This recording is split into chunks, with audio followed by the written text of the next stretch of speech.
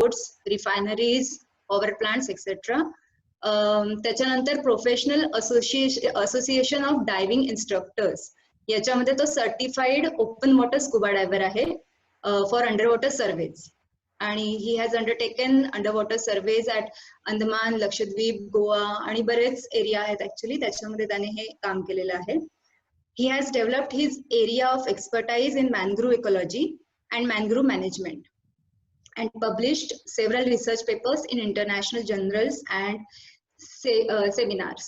Okay, so खूप diverse field मध्ये actually विक्रांतने काम केलेलं आहे. त्याच्यामध्ये इन्फॉर्मल ओळख जी मी म्हणत होते की आम्ही कसे कनेक्टेड आहोत, तर नॅस नावाची संस्था डोंबिवलीमध्ये आहे आणि 11वी पासून आम्ही कनेक्टेड आहोत आणि आम्ही जमायचो विक्रांतच्या घरी. ते बेसिकली ऍस्ट्रॉनॉमी आणि तारे बघण्यासाठी, थोडक्यात तारे तोडण्यासाठी नाही. सो तशी विक्रांतची ओळख आमच्याशी झाली होती. नंतर अचानक तो बॉटनीचा पण एक्सपर्ट झाला, इकॉलॉजीचा झाला आणि आता आपल्या समोर तो जो विषय मांडतोय तो environmental rules and regulations in India and their influence on our day to day life, अशा प्रकारे.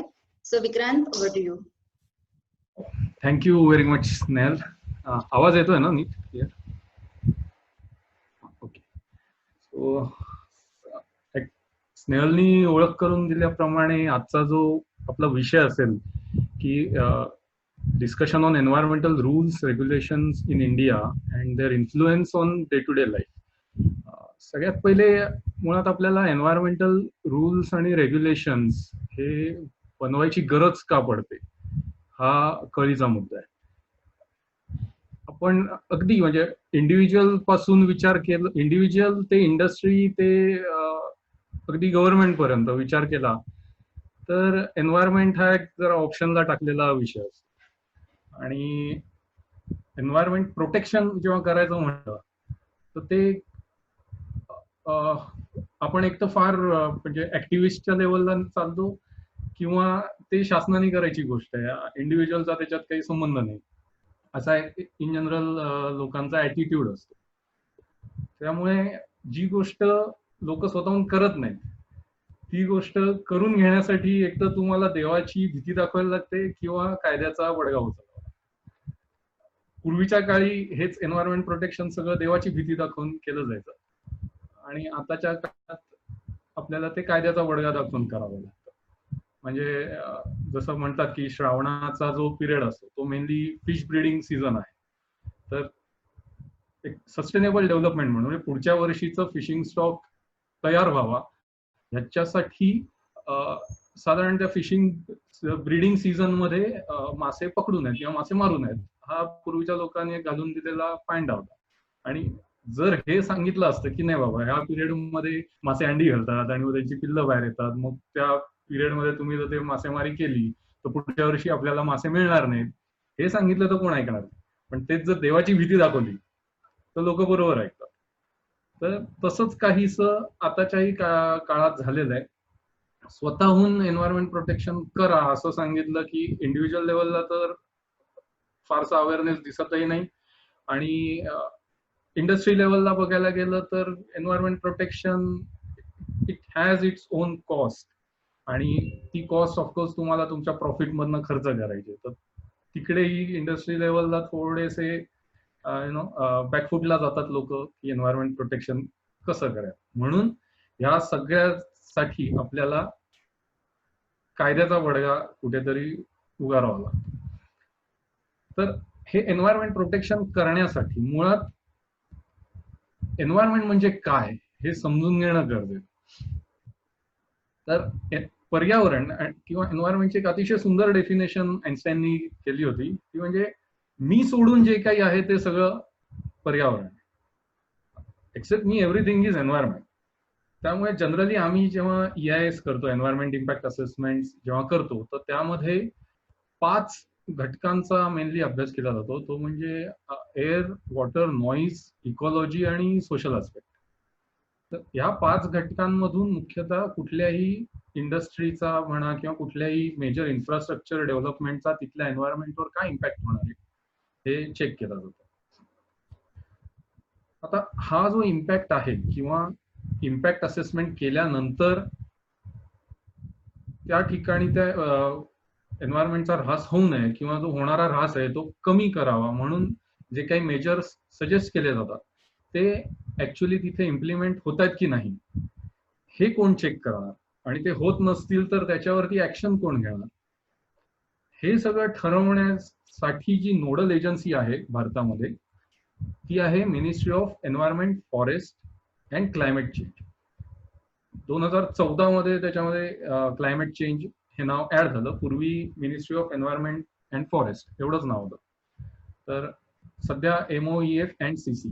आपण पेपरमध्ये वाचलं असेल की बरेचसे प्रकल्प हे पर्यावरणीय मंजुरी मिळाली नाही म्हणून डिले झालेत किंवा रखडलेत. एक अतिशय ताजं उदाहरण घ्यायचं झालं तर मुंबई कोस्टल रोड जो गिरगाव चौपाटीवरून सुरू होऊन आपला जो वरळी बँड्रा सी लिंक आहे त्याला कनेक्ट होणार आहे. त्या मुंबई कोस्टल रोडला मिळालेली पर्यावरण मंजुरी ही नुकतीच हायकोर्टाने रद्द केली आणि त्यांना परत काही ऍडिशनल स्टडीज त्याच्यामध्ये करायला सांगितले. तर थोडंफार आपल्या ऐकण्यात आलेलं असतं की एन्व्हायरमेंटल क्लिअरन्स म्हणा किंवा आता मुंबईमध्ये आपण राहतो तर मुंबईला बरेचदा आपण ऐकतो की CRZ क्लिअरन्स, की कोस्टल एरियामध्ये जे काही डेव्हलपमेंट्स आहेत त्यांना CRZ म्हणजे कोस्टल रेग्युलेशन झोन याचा एक वेगळा क्लिअरन्स घ्यावा लागतो. तर हे जे काही सगळं स्ट्रक्चर आहे हे सगळे क्लिअरन्सेस देणं, कुठल्या प्रोजेक्ट्सला क्लिअरन्स लागतात हे ठरवणं, क्लिअरन्स लोकांनी घेतले नाहीत तर त्यांच्यावर ऍक्शन घेणं, हे सगळं ठरवण्याचं काम हे मुख्यतः MOEF-CC as a nodal agency करते. आणि अदर दॅन MOEF-CC म्हणजे फक्त क्लिअरन्स देणं एक काळ असा होता की जेव्हा मिनिस्ट्री ऑफ एन्व्हायरमेंट क्लिअरन्सचं नावच क्लिअरन्स मिनिस्ट्री पडलं होतं. तर म्हणजे असं लोकांमध्ये समज गेला होता की ह्या मिनिस्ट्रीचं कामच आहे की प्रोजेक्टला क्लिअरन्स देणं. तर ते तसं नाहीये. MOEF-CCचं काम आहे हे बरंच डायव्हर्स आहे. त्याच्यामध्ये ऑफकोर्स एन्व्हायरमेंट क्लिअरन्स हा एक छोटा पार्ट आहे, पण मुख्यतः त्यांचं जे डोमेन आहे ते भारतातलं flora fauna in general wild life यांचा सर्वे करणं, त्याचं कन्झर्वेशन करणं, त्या कन्झर्वेशनसाठी स्ट्रॅटेजीज ठरवणं, त्याच्यानंतर पोल्युशनचं प्रिव्हेन्शन अँड कंट्रोल त्याच्या स्ट्रॅटेजीज ठरवणं, पूर्ण भारतामध्ये अफॉरेस्टेशन प्रोग्राम राबवणं, त्याच्यानंतर इकॉलॉजी रिलेटेड म्हणा किंवा एन्व्हायरमेंट रिलेटेड रिसर्च आणि एज्युकेशन याचं प्रमोशन करणं आणि ओव्हरऑल जो काही आपल्या या सगळ्या रिसर्च मधून किंवा या ऍक्टिव्हिटी मधून जो डेटा जनरेट होतोय त्या डेटाचं कंपायलेशन, स्टोरेज करून पुन्हा ते लोकांपुढे त्याच्यामध्ये अवेअरनेस जनरेट करणं, अशी ही थोडक्यात मिनिस्ट्रीची काम आहे. आता मिनिस्ट्रीचं थोडं स्ट्रक्चर बघू, कारण जसं मी आधी एक सेकंड फक्त एवढं विचारायचं होतं की तुला मध्ये मध्ये जर कोणाला स्लाइड फ्लोज मध्ये जातील पण प्रश्न विचारायचे असतील तर चालेल ना, मध्येही कोणी विचारलं तुला तर? हो चालेल, हरकत नाही. ओके, म्हणजे आपण शक्यतो ते प्रश्नातनं फार फाटे फुटणार नाहीत असं बोलू. ठीक आहे, हरकत नाही. Okay okay. तर आधी मी सांगितल्याप्रमाणे की भारतामध्ये मुख्यतः एन्व्हायरमेंट हा सब्जेक्ट हा it's a law driven domain. स्वतःहून कोणी फारसं पर्यावरण वाचवण्याच्या भानगडीत पडत नाही, ही फॅक्ट आहे. म्हणजे ही इंडिव्हिज्युअल लेवललाही असेल आणि इंडस्ट्री लेवललाही असेल आणि सरकारच्या लेवललाही. तर अगदी ताजं उदाहरण घ्यायचं झालं तर म्हणजे काल का परवा मी पेपरमध्ये वाचलं की मुंबईत आपल्या कल्याण डोंबिवली महानगरपालिकेचा जो कचरा प्रकल्प होता तो कॉन्ट्रॅक्टर पळून गेला.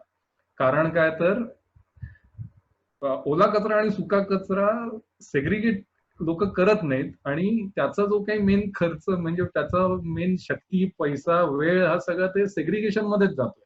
तर तिथून पुढचं जे डिस्पोजल आणि ओल्या कचऱ्यावरची प्रक्रिया आणि हे सगळं करणं त्याला परवडत नाहीये त्या किमतीवर. आणि ओला कचरा सुका कचरा वेगळा करा हे निदान मी तरी गेली 30 वर्ष आहे आता आपण ऐकतो, म्हणजे शाळेत असल्यापासून आपल्याला ते सांगितलं जाते, पण दुर्दैवाने आजही कल्याण डोंबिवलीत ओला कचरा सुका कचरा वेगळा केला.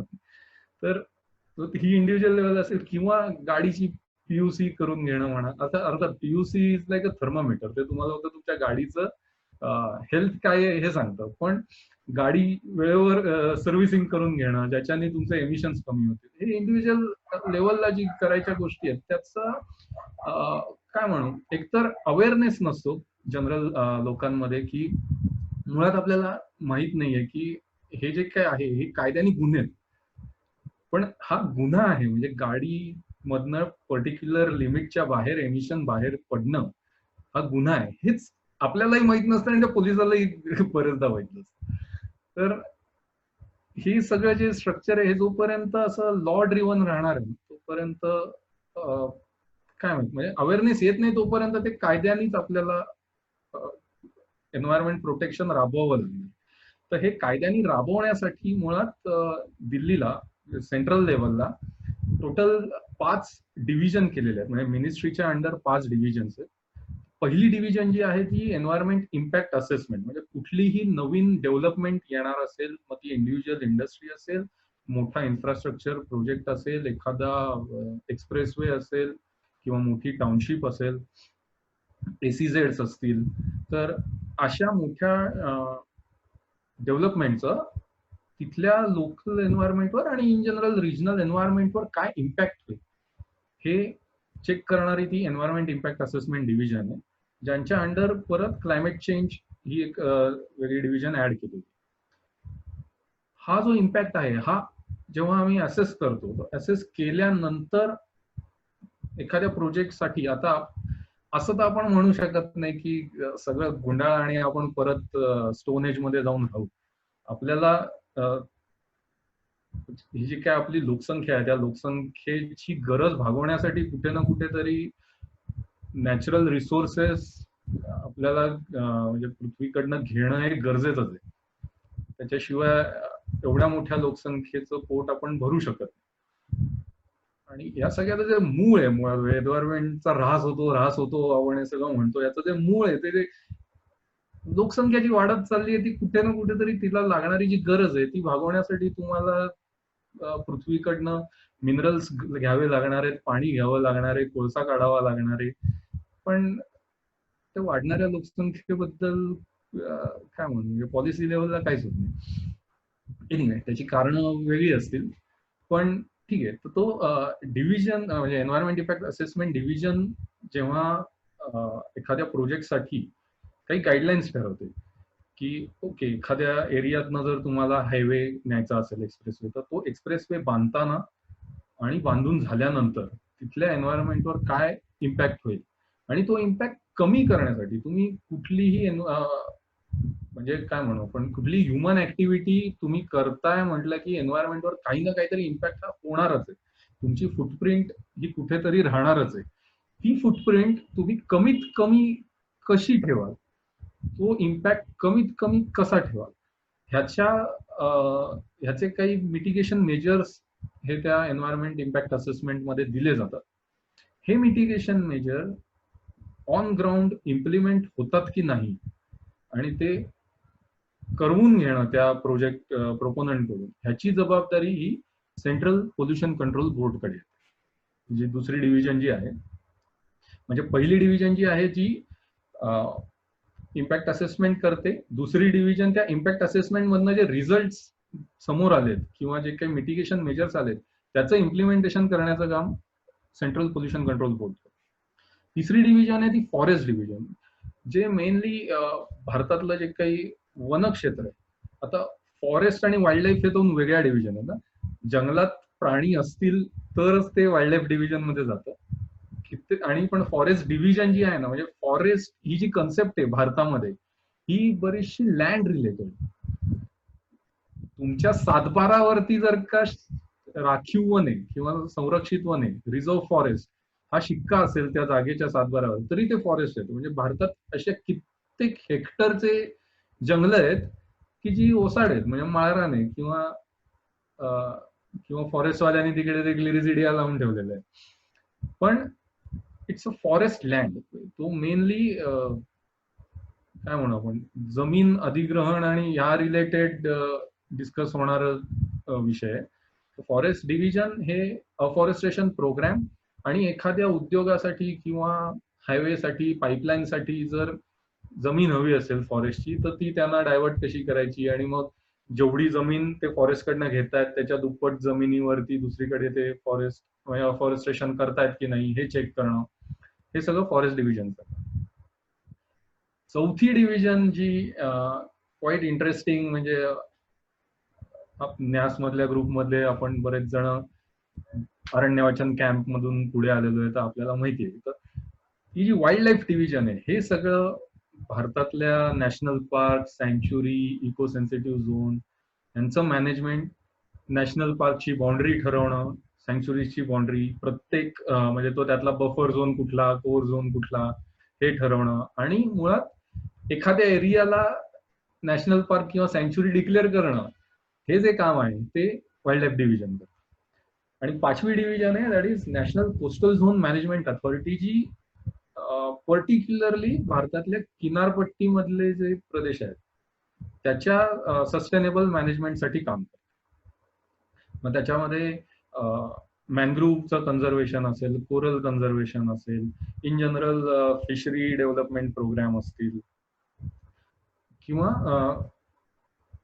काय म्हणू आपण फिशरमन कम्युनिटी जी आहे त्यांचं सस्टेनेबल डेव्हलपमेंट असेल, ह्या सगळ्याच्या पॉलिसीज ठरवण्याचं काम national coastal zone management authority करतात. असे मिनिस्ट्रीमध्ये दिल्ली सेंट्रल लेवलला हे या पाच डिव्हिजन्स आहेत ज्या भारतामध्ये एन्व्हायरमेंट रिलेटेड, म्हणजे एन्व्हायरमेंटचे वेगवेगळे ऍस्पेक्ट्सचं कन्झर्वेशन, पोल्युशन प्रिव्हेन्शन हे सगळं काम आणि त्याच्या पॉलिसी मेकिंग, आणि मग दिल्लीमधून जे काही गाईडलाईन्स ठरवल्या जातात त्या गाईडलाईन्स फॉलो करून प्रत्येक स्टेट गव्हर्नमेंट त्यांचे पुढच्या पॉलिसीज ठरवतात. जसं आता आपण लॉकडाऊन मध्ये आपल्याला सगळ्यांना माहिती आहे की म्हणजे मेन आदेश दिल्लीवरनं येतो, मग प्रत्येक स्टेट गव्हर्नमेंट त्या आदेशानुसार स्टेट गव्हर्नमेंट त्यांचे गाईडलाईन्स ठरवतात. मग स्टेट गव्हर्नमेंटनी गाईडलाईन्स ठरवलं की प्रत्येक म्युन्सिपल कॉर्पोरेशन त्यांच्या गाईडलाईन्स ठरवतात. सेम प्रोसेस ही म्हणजे ती टिपिकल सरकारी प्रोसेस आहे जी इथेही फॉलो होते. मेन गाईडलाईन दिल्लीमधनं ठरवल्या जातात आणि स्टेट लेवल त्यांच्या स्टेटचे जे काही इश्यूज असतील, कॉम्प्लिकेशन्स असतील त्यानुसार त्या गाईडलाईन्स मॉडिफाय करतात. तर आता आपण थोडं स्टेट लेवलला काय स्ट्रक्चर आहे ते बघू. जसं दिल्लीमध्ये आपण बघितलं की सेंट्रल गव्हर्नमेंटच्या under ministry of environment and forest climate change येतं, आणि MOEFनी ठरवून दिलेल्या ज्या काही पॉलिसीज आहेत त्या इम्प्लिमेंट करायचं काम हे सेंट्रल पोल्युशन कंट्रोल बोर्डाचं असतं. तर सेम स्ट्रक्चर हे प्रत्येक स्टेट गव्हर्नमेंटमध्ये सुद्धा असतं. स्टेट गव्हर्नमेंट किंवा युनियन टेरिटरीजच्या अंडर त्यांचं एक स्टेट एन्व्हायरमेंट डिपार्टमेंट असतं. आता स्टेट एन्व्हायरमेंट डिपार्टमेंट आपले मंत्री आदित्य ठाकरे ते सांभाळत आहे, आणि स्टेट एन्व्हायरमेंट डिपार्टमेंटच्या under state pollution control board असतं. महाराष्ट्राचं पोल्युशन कंट्रोल बोर्ड त्याचं हेड ऑफिस सायनला आहे, आणि प्रत्येक स्टेट पोल्युशन कंट्रोल बोर्डाची रिजनल ऑफिसेस प्रत्येक जिल्ह्यामध्ये असतात. हे जे रिजनल ऑफिस आहे त्या रिजनल ऑफिसचं पर्टिक्युलरली काम आहे की एखाद्या कारखान्यातून पोल्युशन होत असेल तर ते चेक करणं आणि त्याच्यावर ऍक्शन घेणं आणि ते थांबवणं, आणि जोपर्यंत त्यांचे पोल्युशन कंट्रोल मेजर्स काम करायला सुरू करत नाहीत तोपर्यंत त्यांचं प्रोडक्शन सुरू होऊ न देणं, हे काम मेनली रिजनल म्हणजे स्टेट पोल्युशन कंट्रोल बोर्डाचे जे रिजनल ऑफिसेस आहेत त्यांच्याकडून केलं जातं. आता म्हणजे तुमच्या लक्षात येईल की एखाद्या ठिकाणी जर पोल्युशन होत असेल तर तो करणारा आणि त्याच्या बरोबरचा कल्प्रिट कोण, तर दुर्दैवाने काय शेवटी भारतामध्ये या गोष्टी होतात. सेटलमेंट केली जाते, समोर दिसतंय डोंबिवलीतही बरेच धावतं, हिरव्या रंगाचा पाऊस पडतो, गुलाबी रंगाचे रस्ते होतात, पण तरी सुद्धा हे जे पोल्युशन कंट्रोल बोर्डाचे रिजनल ऑफिसर आहेत ते येऊन सांगतात की नाही सगळं काही छान, म्हणजे त्यांचे सगळे त्यांचा ETP इफ्लुएंट ट्रीटमेंट प्लांट व्यवस्थित काम करतोय, त्यांचे गॅस स्क्रबर सगळे काम करतात. पण अल्टिमेटली विशेषतः डोंबिवलीतल्या लोकांना माहितीये की पोल्युशन म्हणजे रात्री बेरात्री वास येतो, ते सगळं होत आहे. पण हे स्ट्रक्चर आहे आणि ते फॉलो होत नाही हेही तेवढंच सत्य आहे. आता आपण या म्हणजे आजच्या टॉपिकच्या मूळ मुद्द्याकडे येऊया, की जसं म्हटलं की वेगवेगळ्या प्रकारचे कायदे हे भारतामध्ये करण्यात आलेले आहेत एन्व्हायरमेंट प्रोटेक्शनसाठी. त्यातला सगळ्यात पहिला कायदा म्हणजे स्वातंत्र्यानंतरचा पहिला कायदा म्हणता येईल तो आहे वाईल्ड लाईफ प्रोटेक्शन ऍक्ट. ही वन्य प्राण्यांच्या शिकारी थांबवण्यासाठी हा कायदा सगळ्यात पहिले 1972 साली केला गेला.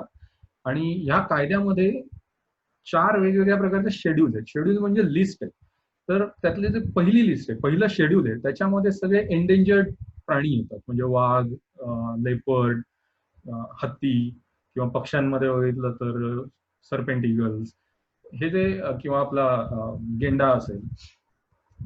मेनली जंगलातले जे अट्रॅक्शन्स आहेत आपल्या नॅशनल पार्क किंवा सँच्युरीमध्ये, तर ही सगळी अट्रॅक्शन्स ही शेड्यूल 1 स्पीसीज किंवा आपला राष्ट्रीय पक्षी मोर, तो जरी खूप कॉमनली सगळीकडे दिसत असला तरी तो राष्ट्रीय पक्षी असल्यामुळे तो शेड्यूल 1 मध्ये टाकण्यात आलेला आहे. तर मुळात हे सगळे प्राणी किंवा पक्षी यांचं प्रोटेक्शन करण्यासाठी वाईल्ड लाईफ प्रोटेक्शन ऍक्ट हा 1972 मध्ये आला. सलमान खानला जी अटक झाली हरिण मारण्याच्या आरोपाखाली, ती पर्टिक्युलरली ह्या कायद्याअंतर्गत झाली. त्याच्यानंतर तो कायदा आला जो मेनली गंगेचं पोल्युशन व्हायला लागलं आणि गंगा खराब व्हायला लागली. ही चर्चा सुरू झाल्यानंतर 1974 मध्ये वॉटर पोल्युशन कंट्रोलचा कायदा आलेला, म्हणजे वॉटर कंट्रोल पोल्युशन ऍक्ट 1974. त्यानंतर फॉरेस्ट कन्झर्वेशन ऍक्ट आला 1980 मध्ये. मग एअर पोल्युशन कंट्रोल ऍक्ट 1981. त्याच्यानंतर ओव्हरऑल आपल्या बायोडायव्हर्सिटीसाठी म्हणजे बायोडायव्हर्सिटीच्या रक्षणासाठी एक कायदा आला 2002 मध्ये. आणि सगळ्यात रिसेंटली आलेला कायदा आहे म्हणजे नॅशनल ग्रीन ट्रिब्युनल ऍक्ट किंवा राष्ट्रीय हरित लवाद कायदा. हा असा कायदा आहे ह्याला सरकारपासून इंडस्ट्रीपासून सगळेजण घाबरतात, कारण ह्या कायद्यानी भारतातल्या सामान्य माणसाला अधिकार दिलेला आहे की तू उठून, तुला जर असं दिसतंय की एखाद्या एरियात पोल्युशन होत आहे आणि कुठलीही सरकारी यंत्रणा त्यावर ऍक्शन घेत नाही, कुठलाही सामान्य माणूस उठून नॅशनल ग्रीन ट्रिब्युनल मध्ये अपील करू शकतो. आणि याचं सेंट्रल ट्रिब्युनल जे आहे ते दिल्लीत आहे आणि ऑफकोर्स त्याचे झोनल ट्रिब्युनल्स आहेत. तर झोनल बेंच, त्याचा जो वेस्टर्न झोनल बेंच आहे ज्याच्यामध्ये गुजरात, महाराष्ट्र, गोवा ही 3 राज्य येतात, त्याचं वेस्टर्न झोनल बेंच हे पुण्यामध्ये. तर बरेचदा म्हणजे लोकांना अवेअरनेस नसल्यामुळे या कायद्याकडे लक्षच दिलं जात नाही. या कायद्याने सामान्य माणसांना एवढे अधिकार दिलेले आहेत की कोणी उठू शकतो, म्हणू शकता की माझ्या आजूबाजूला एखादी इंडस्ट्री पोल्युशन करते आणि तुम्ही त्या इंडस्ट्रीच्या अगेन्स्ट डायरेक्ट या ग्रीन ट्रिब्युनल मध्ये अपील करू शकता.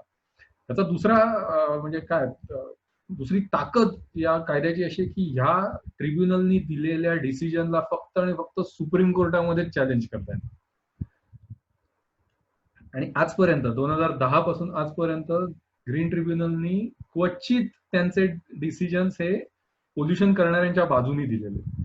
रिसेंटली पुण्यामध्ये एका बिल्डरला विदाऊट परवानगी त्यांनी 2 बिल्डिंग जास्त बांधल्या म्हणून तब्बल 100 कोटीचा दंड ग्रीन ट्रिब्युनलने दिलेला आहे. तर हे काही प्रॉमिनंट रूल्स किंवा कायदे आहेत. आपल्यापैकी आता इथं म्हणजे ग्रुपमध्ये जर कोणी लॉ स्टुडंट असेल तर त्यांना त्या टर्मिनॉलॉजी लवकर कळतील की ऍक्ट असतो, त्या ऍक्टच्या अंडर काही नोटिफिकेशन्स काढले जातात, त्याच्या अंडर काही रूल्स काढले जातात, ज्याला मराठीत आपण कायदा, कायद्याच्या अंतर्गत अधिसूचना, अधिसूचनांच्या नंतर नियम, असे ते टर्मिनॉलॉजी. पण सुप्रीम जो म्हणजे सगळ्यात वर जो असतो तो कायदा असतो. कायद्याच्या अंतर्गत वेगवेगळ्या सब्जेक्ट रिलेटेड नोटिफिकेशन्स काढले जातात. तर हे जे काही कायदे आहेत, तर कायद्यांवर लक्ष टाकल्यानंतर तुमच्या लक्षात येईल की हे सगळे कायदे ना असे पर्टिक्युलरली एखाद्या कॉम्पोनंट वरती फोकस करणार आहे. जसं वाईल्ड लाईफ प्रोटेक्शन ऍक्ट हा फक्त वाईल्ड लाईफ बद्दलच फोकस करतो, एअर पोल्युशन ऍक्ट हा फक्त हवेवरती फोकस करतो. पण मगाशी जसं आपण म्हटलं की आईन्स्टाईननी सांगितल्याप्रमाणे other than me everything is environment. तर ओव्हरऑल एन्व्हायरमेंट प्रोटेक्शन करणारा कायदा किंवा करणारे तसा ओव्हरऑल कायदा होण्यासाठी आपल्याला 3 डिसेंबर 1984 ची वाट बघावी लागली. काही यंग लोकांना, म्हणजे ग्रुपमध्ये खूपच काही यंग लोक असतील तर त्यांना कदाचित आठवण करून द्यायला लागेल. 3 डिसेंबर 1984 ला भारतामध्ये भोपाळ गॅस ट्रॅजेडी झाली. आणि भोपाळ गॅस ट्रॅजेडी झाल्यानंतर इन जनरल देशामधून किंवा सेंट्रल गव्हर्नमेंटमध्ये हा विचार सुरू झाला की एन्व्हायरमेंट ऍज अ होल एक किंवा त्याचं प्रोटेक्शन ऍज अ होल एन्व्हायरमेंटचं प्रोटेक्शन करण्यासाठी एक वेगळा कायदा तयार करण्याची गरज आहे. आणि त्यानंतर अस्तित्वात आला तो एन्व्हायरमेंट प्रोटेक्शन ऍक्ट, पर्यावरण संरक्षण कायदा 1986. आजच्या घडीला ह्या कायद्या अंतर्गत जेवढे वेगवेगळे नोटिफिकेशन्स आणि रूल्स येतात त्याचा सगळ्याचा बेस किंवा काय म्हणू umbrella act is environment protection act. आणि ह्या कायद्यातूनच पर्यावरणाचं संरक्षण, संवर्धन आणि जर कोणी त्याचं व्हायोलेशन करत असेल तर त्याच्यावरती क्रिमिनल ऍक्शन घेण्याची मुभा ही एन्व्हायरमेंट प्रोटेक्शन ऍक्ट तर्फे देण्यात आली.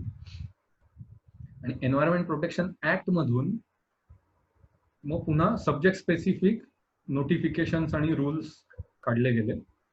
तर त्यातलं ऍक्ट आल्यानंतर सगळ्यात पहिले नोटिफिकेशन आलं, that is coastal regulation zone, ज्याला आपण कॉमनली CRZ नोटिफिकेशन असं म्हणतो. हे सर्वप्रथम 1991 मध्ये आलं. 2011 मध्ये त्याच्यामध्ये काही अमेंडमेंट्स करण्यात आल्या आणि परत 2019 मध्ये त्याच्यामध्ये अजून अमेंडमेंट्स केल्या. या जेवढ्या अमेंडमेंट्स झाल्यात हे मेनली तो कायदा डायल्यूट करण्याकडे त्याची वाटचाल झालेली.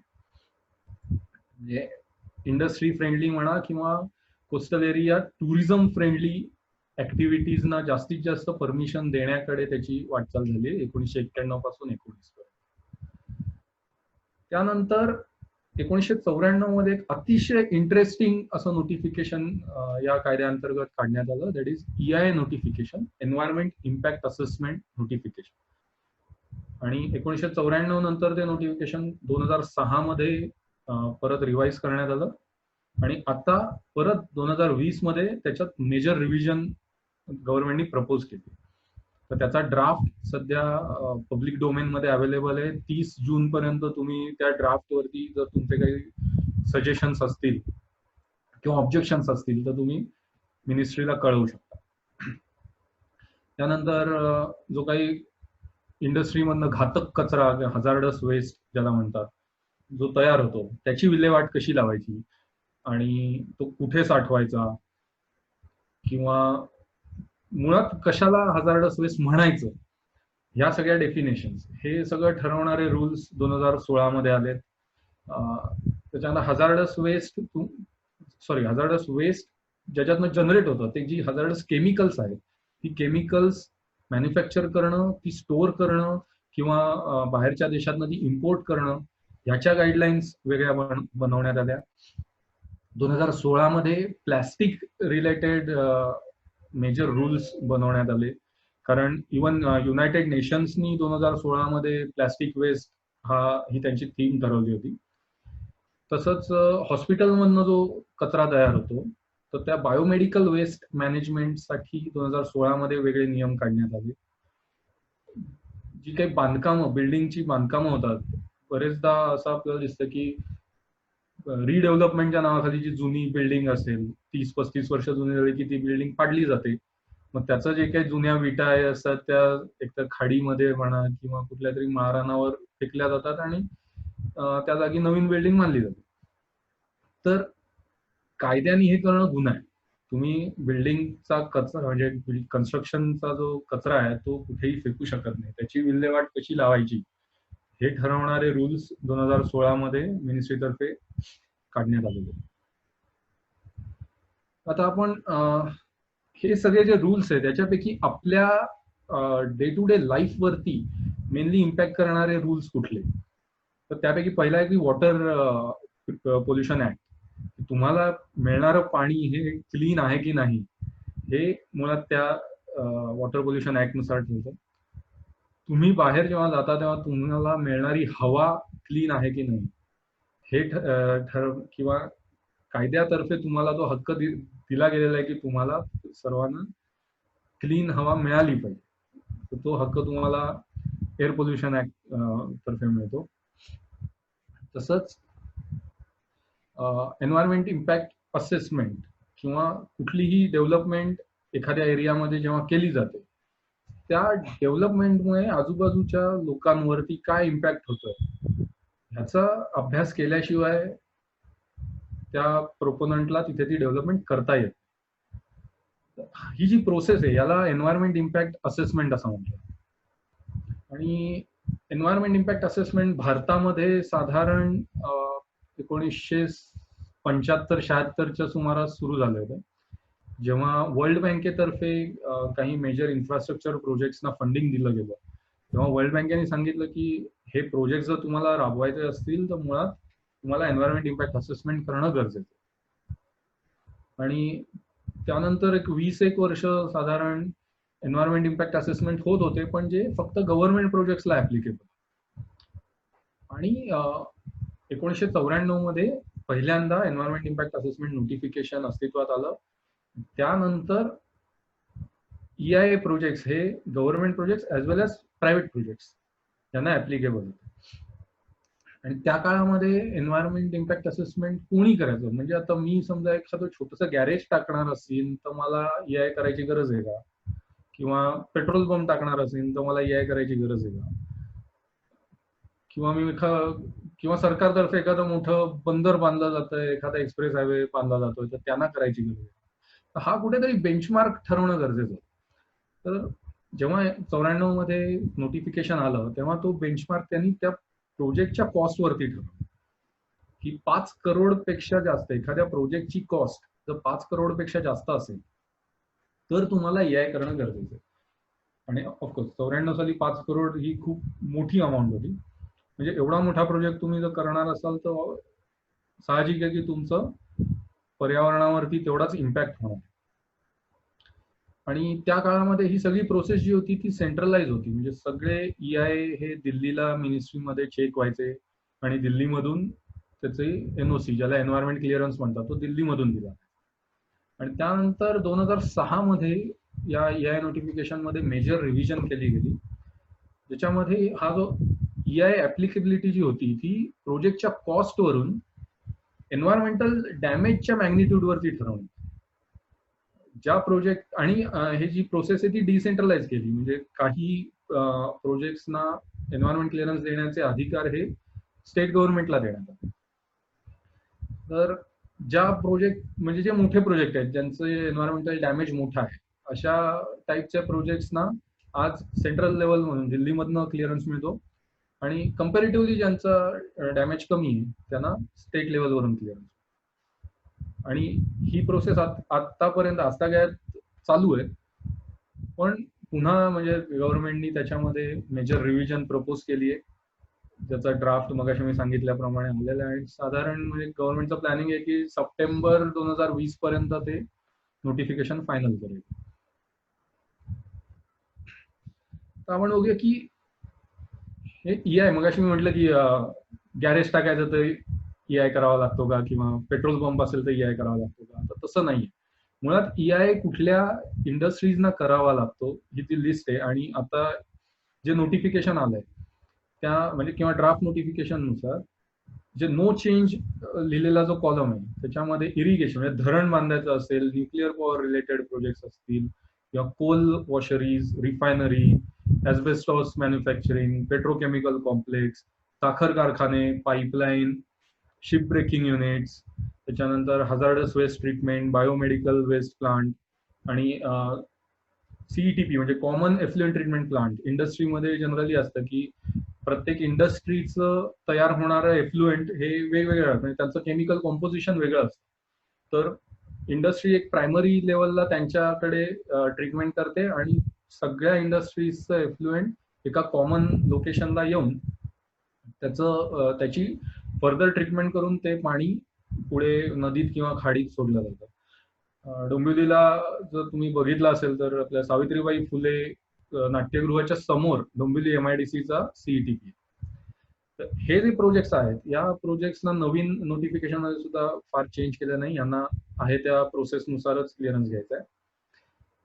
काही प्रोजेक्ट्सना थोडं रिलॅक्सेशन देण्यात आलंय EIA मधून, म्हणजे त्या depending on their production capacity. त्याच्यामध्ये मिनरल्स म्हणजे ओर पासून मिनरल्स बनवायचे असतील तर, किंवा सेकंडरी मेटलर्जिकल इंडस्ट्री की भंगार वितळवून जिथे परत मेटल बार्स, TMT बार्स जे बनवले जातात, अशा इंडस्ट्रीज, किंवा सिमेंट बनवणाऱ्या कंपन्या, लेदर पासून किंवा लेदर हायडिंग ज्याला म्हणतात, जनावरांची कातडी काढून ती प्रोसेस करून लेदर बनवणं, ही प्रोसेस जी आहे ती, ऑर्गॅनिक केमिकल इंडस्ट्रीज आणि बिल्डिंग कन्स्ट्रक्शन. इव्हन म्हणजे तुम्हाला जर बिल्डिंग्स बांधायच्या असतील आणि तुमचा टोटल बिल्टअप एरिया हा जर 20,000 स्क्वेअर मीटर पेक्षा जास्त असेल तरी तुम्हाला एन्व्हायरमेंट क्लिअरन्स घ्यावा लागतो. काही नवीन इंडस्ट्रीज याच्यामध्ये ऍड करण्यात आलेल्या आहेत. त्याच्यामध्ये रिव्हर व्हॅली, पूर्वी फक्त धरण बांधायचं असेल, पण आता धरण बांधून त्यापासून जर वीज निर्मिती करायची असेल तरी तुम्हाला क्लिअरन्स घ्यावा लागतो. थर्मल पॉवर साठी क्लिअरन्स घ्यावा लागतो. साखर कारखान्यातनं जो काय तुमचा मोलॅसेस निघतंय, त्या मोलॅसेस पासून दारू बनवायची असेल तरी क्लिअरन्स घ्यावा लागतो. एअरपोर्ट्सला पूर्वी क्लिअरन्स लागायचा, तर त्याच्यामध्ये आता त्यांनी वॉटर एअरपोर्ट्स ही नवीन कन्सेप्ट पण आणलेली. म्हणजे ज्या मोठ्या नद्या आहेत आपल्याकडे, जसं गंगा, ब्रह्मपुत्रा, नर्मदा, या मोठ्या नद्यांमध्ये इनलँड वॉटर ट्रान्सपोर्ट बरोबर वॉटर एअरपोर्ट्स बनवायचा सुद्धा प्लॅन आहे गव्हर्नमेंटचा. तर या ऍक्टिव्हिटी आतापर्यंत EIAच्या पर्व्ह्यू मध्ये येत नव्हत्या. आता त्यांनी या प्रोसेसनं किंवा या प्रोजेक्ट्सना सुद्धा एन्व्हायरमेंट क्लिअरन्स घेणं मॅन्डेटरी केलं. आजपर्यंत कुठल्याच फ्लायओव्हरला एन्व्हायरमेंट क्लिअरन्स लागत नाही. त्याच्या पुढे फ्लायओव्हर बांधायचं असेल तरी एन्व्हायरमेंट क्लिअरन्स. काही ऍक्टिव्हिटीज त्यांनी डिसेंट्रलाइज, म्हणजे पूर्वी दिल्लीवरनं क्लिअरन्स मिळायचा, तो आता स्टेट लेवलला क्लिअरन्स देता येईल अशी प्रोव्हिजन केली आहे. ज्याच्यामध्ये मायनिंग आहे, ऑइल अँड गॅस एक्सप्लोरेशन आहे. फक्त म्हणजे एखाद्या ठिकाणी तेलाचे साठे आहेत की नाही याचा शोध घ्यायचा असेल तर ती ऍक्टिव्हिटी तुम्हाला स्टेट लेवलला करायची. पण मुळात तिथून जर प्रोडक्शन सुरू करायचं असेल तर फायनली क्लिअरन्स तुम्हाला दिल्लीतून घ्यावा. फर्टिलायझर्स बनवणं, पेस्टिसाइड बनवणं, या ऍक्टिव्हिटी पूर्वी सगळ्या दिल्लीत क्लिअरन्स मिळायचे, आता स्टेट लेवलला मिळते. तसंच काही ऍक्टिव्हिटी स्ट्रिंजंट पण केल्या आहेत. म्हणजे पूर्वी स्टेट लेवलला मिळायचे, आता त्या ऍक्टिव्हिटीचे क्लिअरन्स दिल्लीत जाते. त्याच्यामध्ये फायबर मॅन्युफॅक्चरिंग, पेंट मॅन्युफॅक्चरिंग आणि पेपर मॅन्युफॅक्चरिंग, या 3 ऍक्टिव्हिटी त्यांनी दिल्लीत ट्रान्सफर केल्या. आणि 2006 मध्ये एक ऍक्टिव्हिटी होती ज्याला isolated storage of petroleum products, म्हणजे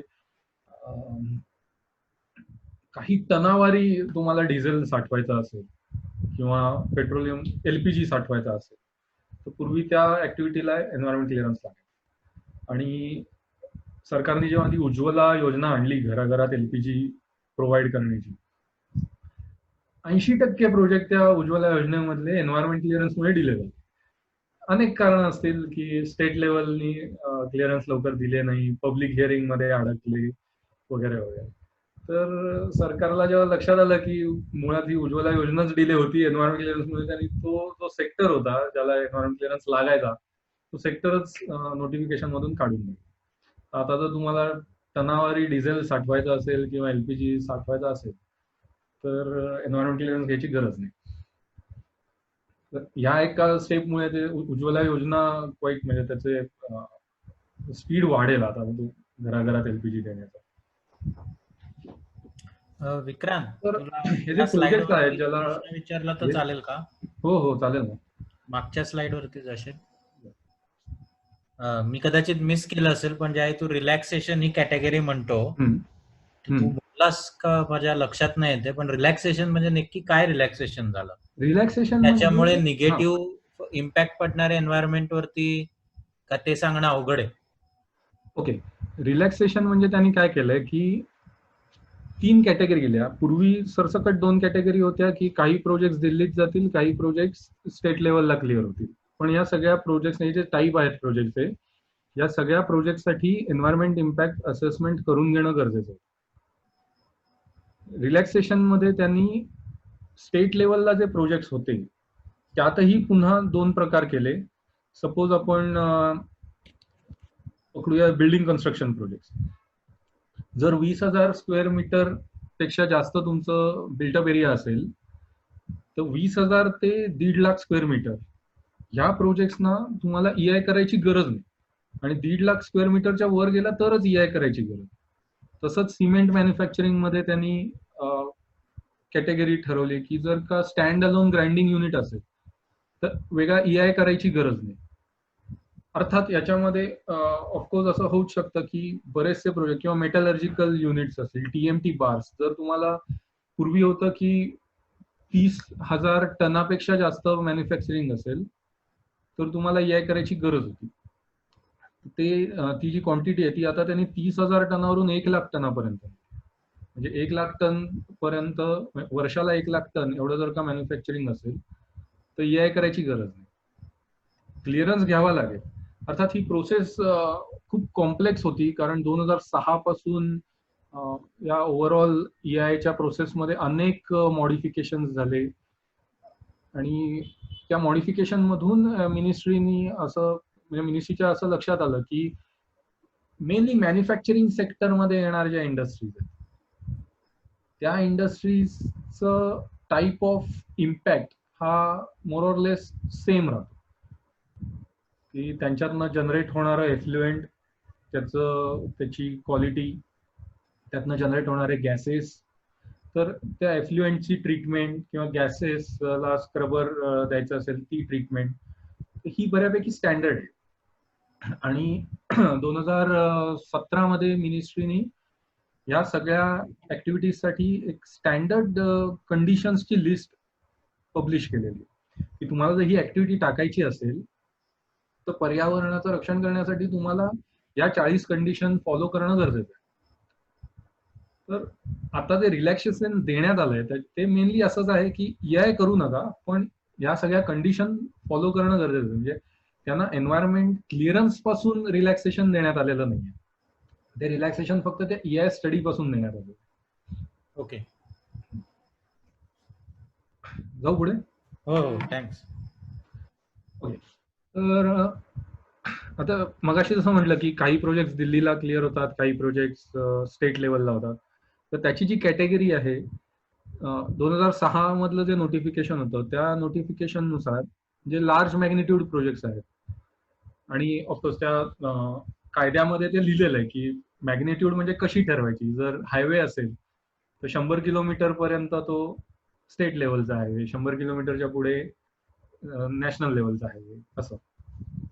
तर ते large magnitude project category A म्हणजे ते दिल्लीला चेक होतात. त्यापेक्षा जे कमी मॅग्निट्यूडचे प्रोजेक्ट आहेत ते स्टेट लेवलला चेक होतात. आणि एकदम जे लोएस्ट मॅग्निट्यूड प्रोजेक्ट आहेत ज्याला EI लागत नाही ते सुद्धा स्टेट लेवलला जातात, पण EI करावा लागत नाही त्या प्रोजेक्टला. आता जी चेंज करण्यात आलेली आहे प्रोसेस, म्हणजे किंवा प्रपोज जी प्रोसेस आहे त्याच्यामध्ये ज्या प्रोजेक्ट्सना EI लागत नाही, पूर्वी अशी किंवा आता अशी प्रोसेस आहे की हे EI जेव्हा केले जातात EI बरोबर झालेत की नाही हे चेक करणं सुद्धा महत्वाचं आहे. किंवा आम्ही सांगतो बाबा या ऍक्टिव्हिटीचा इथे हवेवर, पाण्यावर, तिथल्या इकॉलॉजीवर एवढा इम्पॅक्ट होईल, आणि तो इम्पॅक्ट कमी करण्यासाठी त्या इंडस्ट्रीनी हे 10 मेजर्स घेणं गरजेचं आहे. पण ते सजेस्ट केलेलं किंवा तो केलेला स्टडी बरोबर आहे की नाही हे कोण चेक करणार? तर हे चेक करण्यासाठी मिनिस्ट्रीमध्ये एक पॅनल असतं, त्याला एक्सपर्ट अप्रेझल कमिटी असं म्हणतात, ज्याच्यामध्ये मेनली रिसर्च इन्स्टिट्यूट्स मधले सायंटिस्ट, IIT मधले प्रोफेसर्स, रिटायर्ड IAS ऑफिसर्स, ते म्हणजे केस पांढरे झालेले अशी जुनी जाणती लोक असतात त्याच्यावर. तर हे सगळे लोक ते EI चेक करतात आणि त्यावरून पुढची त्या पर्टिक्युलर प्रोजेक्टला क्लिअरन्स द्यायचा की नाही हे ठरतं. आता जी मेन रिव्हिजन त्यांनी प्रपोज केली आहे ज्याच्यामध्ये जे लोएस्ट मॅग्निट्यूड प्रोजेक्ट आहेत त्याच्यामध्ये ही एक्सपर्ट अप्रेझल ची प्रोसेसच डिलीट केली. तुम्ही छोटासा काहीतरी प्रोजेक्ट लावताय, ओके ठीक आहे, ह्या स्टँडर्ड कंडिशन आहेत या फॉलो करा आणि तुमचा प्रोजेक्ट सुरू करा. या सगळ्यामध्ये फायदा ऑफकोर्स इंडस्ट्रीचा होणारच आहे, पण आत्ताची जी प्रोसेस आहे यामध्ये कुठेही इंडस्ट्रीला फायनान्शियल पेनल्टी नाहीये. आताच्या ह्याच्यामध्ये इंडस्ट्रीने जर व्हायोलेशन्स केली तर त्यांना फायनान्शियल म्हणजे मॉनिटरी पेनल्टीज आहेत. तर you can say it's a balance. म्हणजे तुम्ही जस्ट कागदी घोडे नाचवण्यासाठी वर्ष दीड वर्ष काढता क्लिअरन्स देण्यासाठी, पण मुळात तो क्लिअरन्स दिल्यानंतर ती इंडस्ट्री तो फॉलो करते की नाही, आणि तो करत नसेल तर त्याला काही दंडच आकारू शकत नसावे तर काही उपयोग नाही. तर आता जी प्रोसेस त्यांनी प्रपोज केली आहे ती ते कागदी घोडे नाचवण्याची प्रोसेस कमी करून नंतर इंडस्ट्रीवरती लायबिलिटी त्यांनी वाढवली, की तुम्ही जर व्हायोलेशन करत असाल तर तुम्हाला त्याच्यामध्ये म्हणजे डायरेक्ट दंडच आहे.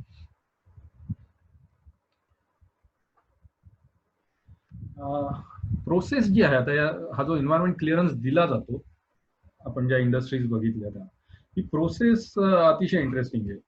त्याच्यामध्ये पहिले स्क्रीनिंग म्हणजे हा प्रोजेक्ट दिल्लीला जाणार का स्टेट लेवलला जाणार हे चेक केलं जातं. त्यानंतर हे जे एक्सपर्ट लोक असतात ते बसून ठरवतात की मुळात ह्या प्रोजेक्टच्या EIA साठी कुठले कुठले स्टडीज केले पाहिजे, ज्याला स्कोपिंग किंवा टर्म्स ऑफ रेफरन्स असं म्हटलं जातं, ज्याला आम्ही कॉमन आमच्या लँग्वेजमध्ये TOR असं म्हणतो. तर एखादा किंवा कारण प्रत्येक प्रोजेक्टचं किंवा त्या इंडस्ट्रीचं नेचर आणि ती इंडस्ट्री ज्या जिओग्राफिकल कंडिशन मध्ये येणार आहे या कॉम्बिनेशन वरून प्रत्येक ठिकाणी होणारा EIA हा वेगळा असतो. तर त्या EIA साठी कुठले स्टडीज करणं गरजेचं आहे हे या स्कोपिंगच्या स्टेजमध्ये ठरवलं जातं.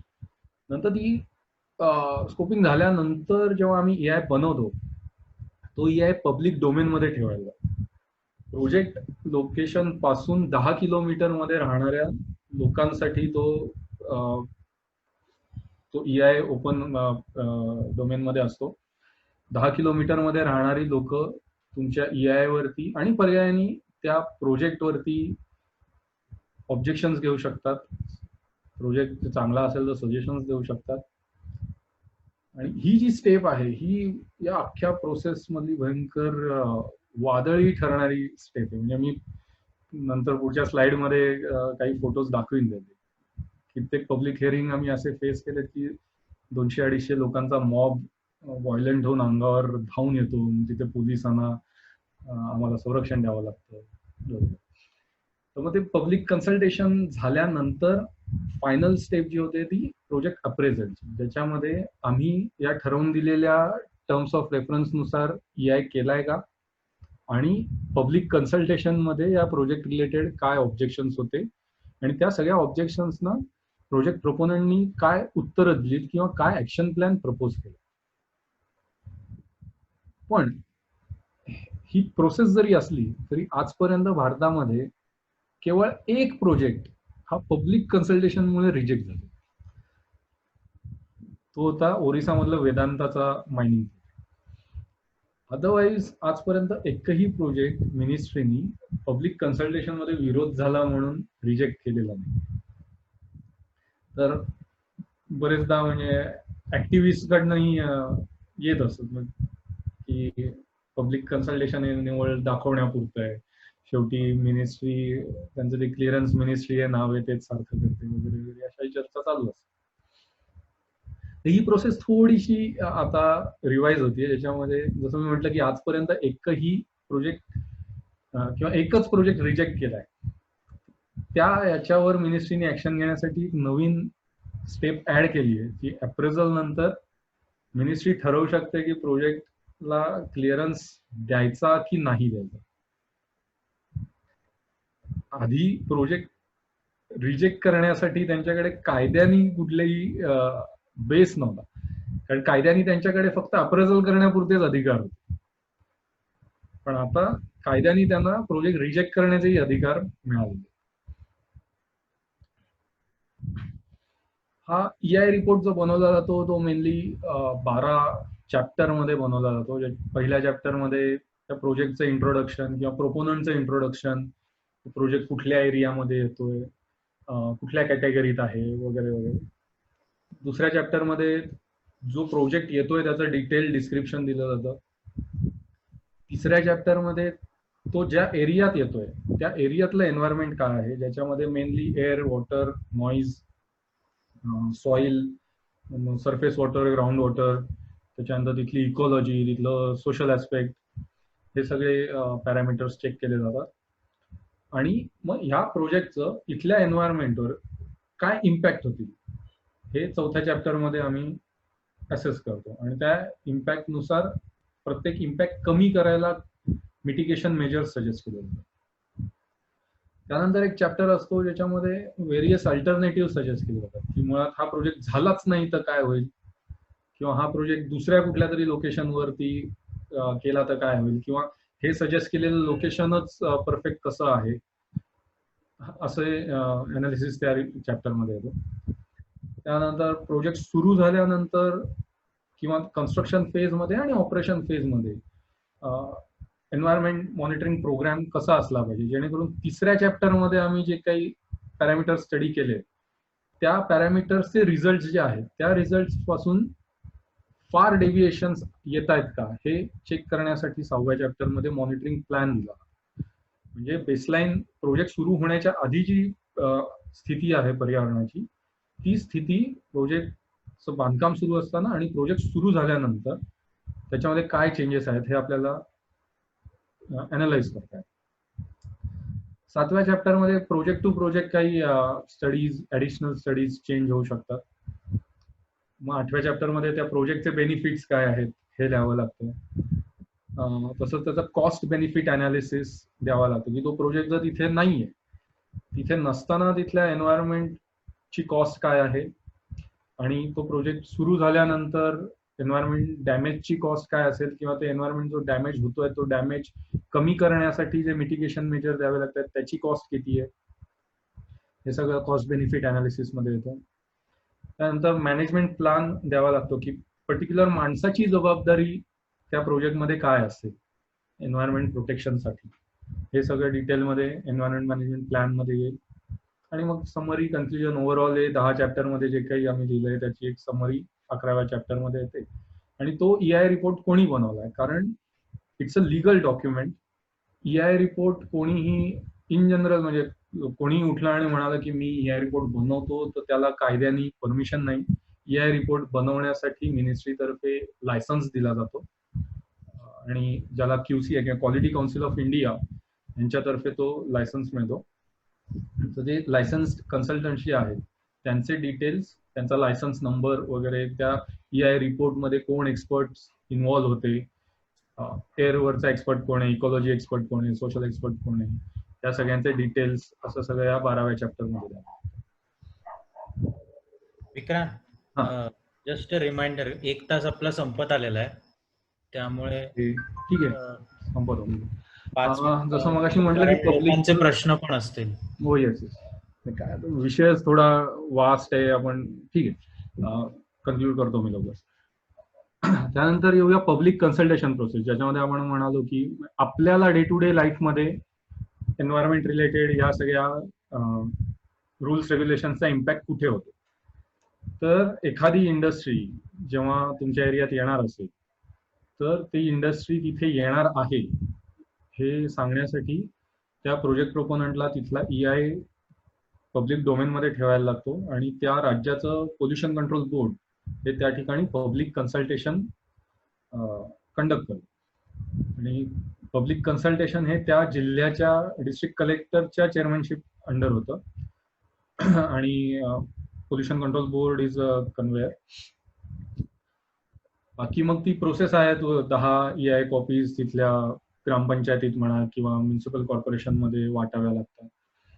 आता जी नवीन प्रोसेस येते त्याच्यामध्ये एक मेजर चेंज असा आहे की पूर्वी हा जो नोटीस पिरियड होता, की समजा 10 जुलैला पब्लिक हिअरिंग आहे तर त्याची नोटीस 10 जूनला देणं गरजेचं होतं, आणि पुढच्या 30 दिवसामध्ये लोकांना तेवढा वेळ मिळायचा की तो EIA काय आहे, प्रोजेक्ट काय आहे हे समजून घेणं, आणि तुमचे ओव्हरऑल त्याच्यावरचे ऑब्जेक्शन, सजेशन्स बनवणं.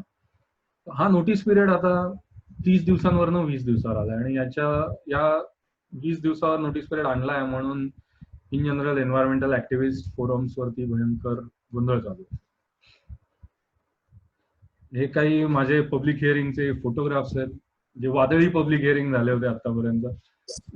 डावीकडच्या कोपऱ्यातला हा जो वरचा फोटोग्राफ आहे तो रसायनी जवळ बीपीसी पब्लिक हिअरिंग झालं होतं, जिथे ऑलमोस्ट 200 लोकांचा मॉब धावून आला होता. ते लाल पेंडॉल टाकलेलं पब्लिक हिअरिंग आहे, ते गोवा पोर्टचं पब्लिक हिअरिंग आहे. खाली गुजरातीमध्ये लिहिलेलं आहे ते पोरबंदर फिशिंग हार्बरचं पब्लिक हिअरिंग ज्या ठिकाणी होणार होतं तिथे जवळजवळ 2000 लोकांचा मोर्चा चालून आला होता की आम्हाला या ठिकाणी हे प्रोजेक्टच नको आहे. जसं ते होतं मुळात फिशिंग म्हणजे त्या फिशरमन कम्युनिटीसाठीच फिशिंग हार्बर बांधलं जात होतं, पण त्यांचं म्हणणं होतं की आम्हाला ते या ठिकाणी नको, म्हणजे तुम्ही फार लांब बांधलं. असं अशा गोष्टी होत असतात पब्लिक हिअरिंग. त्यानंतर एक छोटासा म्हणजे एन्व्हायरमेंट क्लिअरन्स बरोबर एक आपल्या म्हणजे डे टू डे लाईफ वरती इम्पॅक्ट करणारं रेग्युलेशन आहे, that is coastal regulation zone notification, ज्याच्यामध्ये किनारपट्टीच्या भागात राहणाऱ्या लोकांना किंवा इंडस्ट्रीज म्हणजे लोकांना प्रोटेक्शन देण्यात आलंय, इंडस्ट्रीजला मनाई करण्यात आली. या फोटोवरनं साधारण आपल्या लक्षात येईल की म्हणजे HTL म्हणजे हाय टाईड लाईन जिथपर्यंत भरतीचं पाणी येतं, आणि LTL म्हणजे लो टाईड लाईन जिथे ओहोटीचं पाणी जिथपर्यंत मागे जातं. तर या हाय टाईड लाईन पासून 500 मीटरचा हा जो पट्टा आहे, म्हणजे लाल लाईन ते ब्ल्यू लाईन ह्याच्यामधला जो पट्टा आहे, या पट्ट्यामध्ये कुठली इंडस्ट्री टाकणं हे कायद्याने बंधन म्हणजे कायद्याने मनाई आहे त्याला. तुम्ही या ठिकाणी फक्त रिसॉर्ट टाकू शकता किंवा पोर्ट्स किंवा बंदर ज्याला जे समुद्रकिनारी बनवणं गरजेचं आहे, तर फक्त या ऍक्टिव्हिटी तुम्ही तिथे करू शकता. पण ऑफकोर्स कोस्टल रेग्युलेशन झोन हे सुद्धा खूप कॉम्प्लेक्स नोटिफिकेशन आहे, कारण ते आलं 1991 साली. तोपर्यंत बरीचशी शहरं भारतातली जसं मुंबई, चेन्नई, विशाखापट्टणम ही डेव्हलप झालेली होती, गोवा डेव्हलप झालेलं होतं. म्हणजे ऑलरेडी डेव्हलप झालेल्या ऍक्टिव्हिटीज आहेत त्या तर तुम्ही तोडू शकत नाहीत. त्या अनुषंगाने त्याच्यामध्ये वेळोवेळी चेंजेस होत गेले. ओव्हरऑल हे या स्लाइडमध्ये आपण कोस्टल रेग्युलेशन झोन कुठे कुठे ऍप्लिकेबल आहे हे दाखवलंय. तर किनारपट्टीपासून म्हणजे ओपन समुद्र जर असेल तर किनारपट्टीपासून 500 मीटर या एरियापर्यंत कोस्टल रेग्युलेशन झोन ऍप्लिकेबल असतो, आणि जर एखादी खाडी असेल तर खाडीमध्ये किनाऱ्यापासून 100 मीटर पर्यंत तो ऍप्लिकेबल असतो. आणि असं हे किती मागे म्हणजे खाडीत जर यायचं झालं तर किती आतपर्यंत, म्हणजे समुद्रात म्हणजे नदी जिथे मिळतीये समुद्राला तिथून तुम्ही किती आत जाऊ शकता. अगदी काय म्हणजे नदीच्या मुखापर्यंत कोस्टल रेग्युलेशन झोन नाहीये. तर तो पॉइंट अशा ठिकाणी त्यांनी ठरवलाय की ज्या पॉइंटला समुद्राचं पाणी आणि नदीचं पाणी एकत्र मिक्स होतं, तर जिथे नदी मिळतीये समुद्राला तिथे जनरली म्हणजे आपला बे ऑफ बेंगॉल असेल किंवा अरेबियन सी यांची सॅलिनिटी 35 PPT पर्यंत जाते, आणि नदीचं जे फ्रेश वॉटर आहे ज्याची सॅलिनिटी अगदी हार्डली 2-3 PPT असेल, तर ते मिक्स झाल्यानंतर जी सॅलिनिटी म्हणजे रिझल्टंट सॅलिनिटी आहे, म्हणजे ज्याला नॉर्मली आपण N1V1 = N2V2 या फॉर्म्युल्याने ती काढली जाते. तर ती गोडं पाणी आणि खारं पाणी मिक्स होत होत होत ती सॅलिनिटी ज्या पॉइंटला 5 PPT पर्यंत खाली येईल त्या पॉइंट पर्यंत तुमचा कोस्टल रेग्युलेशन झोन ऍप्लिकेबल. आता डोंबिवलीच्या खाडीबद्दल जर बोलायचं झालं तर ती डोंबिवलीची खाडी ही पुढे जाऊन वसई जवळ समुद्राला मिळते. तर वसईच्या किल्ल्यापासून डोंबिवलीवरून पुढे कल्याणवरून अजून थोडं पुढे उल्हास नदीला गेलं तर उल्हास नदी शहाड जवळ जो बंधारा आहे त्या बंधाऱ्यापर्यंत कोस्टल रेग्युलेशन झोन ऍप्लिकेबल. तो बंधारा क्रॉस करून तुम्ही पुढे उल्हास नदीत गेला तर त्याच्या पुढे उल्हास नदीचं पाणी गोड आहे, तर तिथे कोस्टल रेग्युलेशन झोन ऍप्लिकेबल होत नाही. आणि या झोनमध्ये रेसिडेन्शियल प्रोजेक्टसाठी वेगळ्या गाईडलाईन्स बनवल्या आहेत. इंडस्ट्रियल ऑफकोर्स इथे अलाउडच नाहीये, पण इंडस्ट्रियल एफ्लुएंट पाण्यामध्ये सोडण्यासाठी वेगळ्या गाईडलाईन्स बनवण्यात आल्या, किंवा renewable energy solar power, wind power या ऍक्टिव्हिटी तुम्ही इथे करू शकता. आणि त्याचबरोबर ओव्हरऑल इथली जी काही इकॉलॉजी आहे, कारण कोस्टल रेग्युलेशन झोन मधली जी इकॉलॉजी इट्स व्हेरी डायनॅमिक. तर त्याच्यावर एक वेगळं सेशन होऊ शकतं, मॅनग्रोव्ह इकॉलॉजी, कोरल इकॉलॉजी याच्यावर. तर या इन जनरल इकॉलॉजीच्या प्रोटेक्शनसाठी बरेचसे मेजर्स या CRZ नोटिफिकेशन मध्ये प्रपोज केले. हा एक जस्ट काइंड ऑफ ओव्हरव्ह्यू, म्हणजे कुठले कायदे आहेत आणि आपण ऍज अ सिटीजन कुठल्या कुठल्या कायद्यांमध्ये आपले इनपुट्स देऊ शकतो हे सांगण्यासाठी एक माझा छोटासा प्रयत्न होता. आपण फोरम ओपन करूया डिस्कशनसाठी. ज्यांच्या क्वेरीज असतील माझ्या परीने मी प्रयत्न करतो उत्तर द्यायची. थँक्यू. थँक्स विक्रांत. एक मोठा विषय तू क्रिस्प मॅनर मध्ये कव्हर करायचा प्रयत्न केलास. स्नेहलचं इंटरनेट खराब असल्यामुळे अचानक तिने मला होस्ट केलं, त्यामुळे मी अचानक एंटर झालोय कन्क्लुडिंग करण्यासाठी आणि डिस्कशन सेशन हँडल करायला.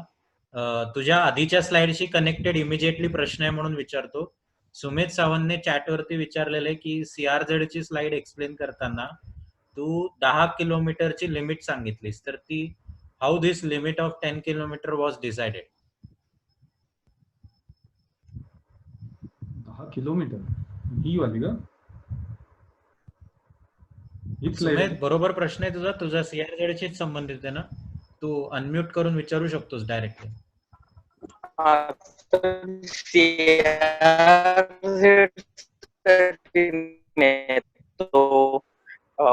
पब्लिक हिअरिंग साठी जेव्हा प्रोजेक्ट तेव्हा ती 10 किलोमीटरची लिमिट असते. म्हणजे साधारण 10 किलोमीटर कसं काय डिसाइड केलं, म्हणजे कोणत्या फॅक्टर्सवर? Okay okay.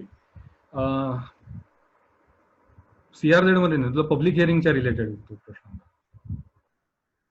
होय होय होय, मला CRZ वाटलं. पब्लिक हिअरिंग 10 किलोमीटरची जी गाईडलाईन आहे ना, तसं बघायला गेलं तर त्याला कुठलाही काय म्हणू आपण कायदेशीर आधार आजपर्यंत नाही. पण IIT चेन्नई, त्याच्यानंतर LNT, ILFS किंवा ऍडमिनिस्ट्रेटिव्ह स्टाफ कॉलेज हैदराबाद ह्या बॉडीजनी जे EI गायडन्स किंवा EI मॅन्युअल्स जे बनवले, EI कसा करावा याचे मॅन्युअल्स त्यांनी त्या काळी बनवले होते. त्याच्यामध्ये ती स्टडी एरिया हा 10 किलोमीटर पकडला. तर जर स्टडी एरिया 10 किलोमीटर आहे तर असं म्हटलं जातं की मग तिथला इम्पॅक्ट जो आहे तो पण एक साधारण 10 किलोमीटर पर्यंत लिमिटेड असेल. म्हणून पण असं नाहीये की 10 किलोमीटर मध्ये राहणारीच लोक सजेशन्स देऊ शकतात. पब्लिक हिअरिंग जे होतं ते जरी त्या ठिकाणी होत असलं आणि 10 किलोमीटर मध्ये येणाऱ्या लोकांना येऊन तिथे बोलायची परमिशन जरी असली तरी भारतात राहणारा कुठलाही माणूस हा लेखी स्वरूपात तो त्याचं ऑब्जेक्शन देऊ शकतो.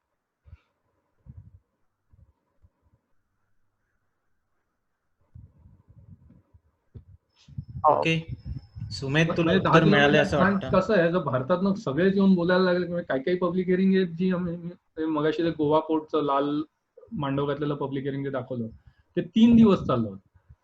सकाळी 9ला सुरू व्हायचं तर रात्री 10 पर्यंत. तर रात्री 10लाही थांबायचं, कारण 10 नंतर लाऊडस्पीकर लावायची परमिशन नाही म्हणून. तो कायदा नसता तर या लोकांनी मला रात्रभरही बसवलं असतं.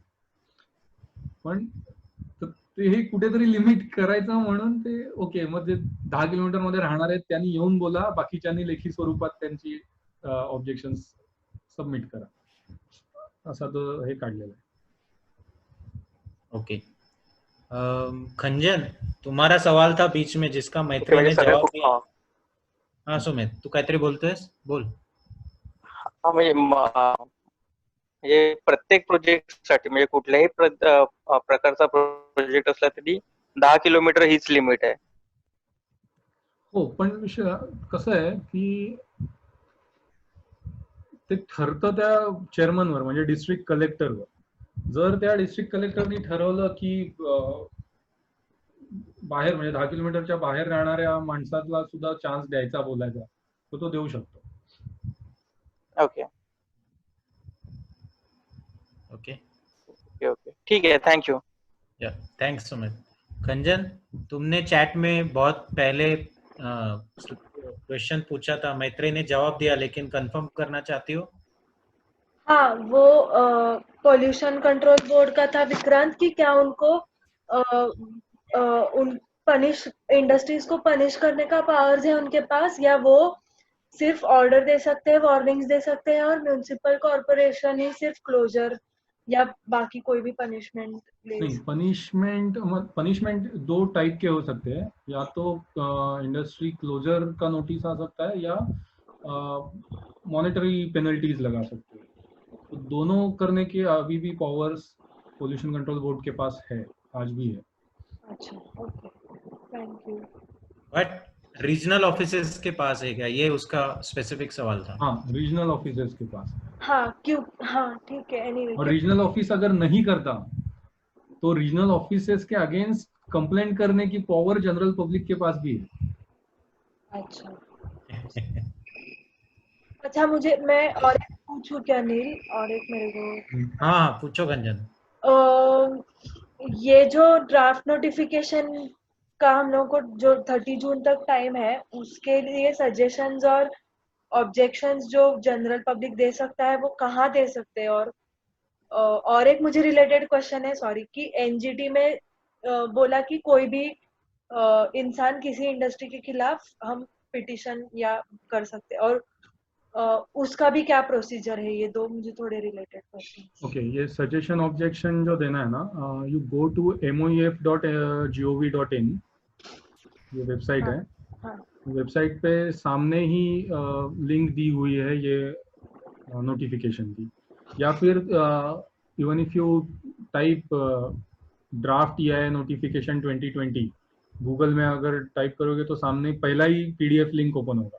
ओके, वो PDF, वो जो नोटिफिकेशन है उसी में दिया हुआ है कि आपको ये सजेशन ऑब्जेक्शन कौन से ईमेल आईडी पे भेजना। ओके,